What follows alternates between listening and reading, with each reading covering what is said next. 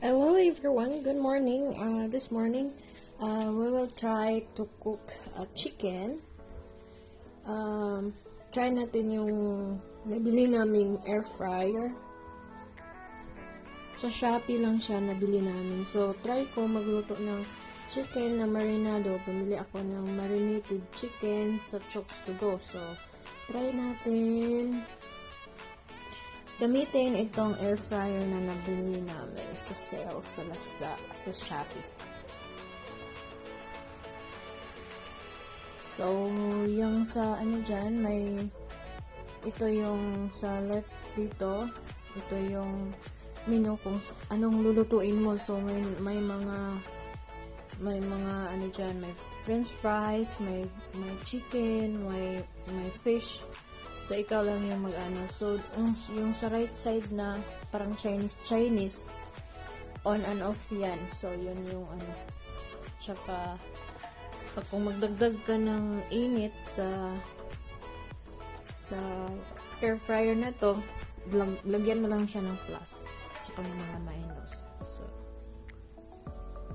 So, since chicken siya, lagay natin siya doon sa yung nagbe-blink na chicken joy, parang yung leg ng ng chicken ang naka dito sa menu niya. So automatic na siya na may time. So babalik talaga siya sa number kasi 200 degree yung na automatic kasi yun na settings nito. Tapos 20 minutes siya, down siya ng mga numbers, tapos babalik siya sa dati niyang init. So yung ganun lang. So magbabalik yung 200, tapos 18, ganun. So bumili kami nito para iwas na gumamit ng cooking oil. So luluto ng chicken na wala ng oil. So, yan.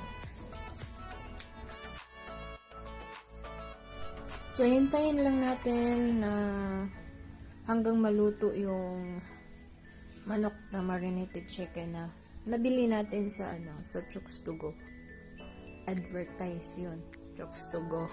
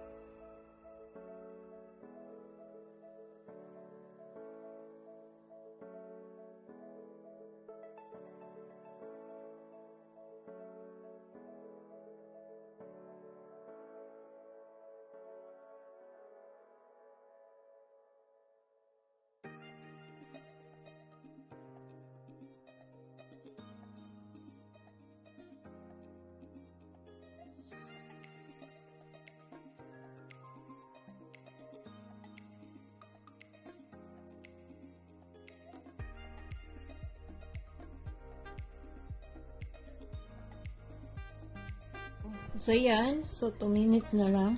So, hintayin na lang natin kung ano ba talaga ang itsura ng manok na nilagay natin after 20 minutes sa air fryer.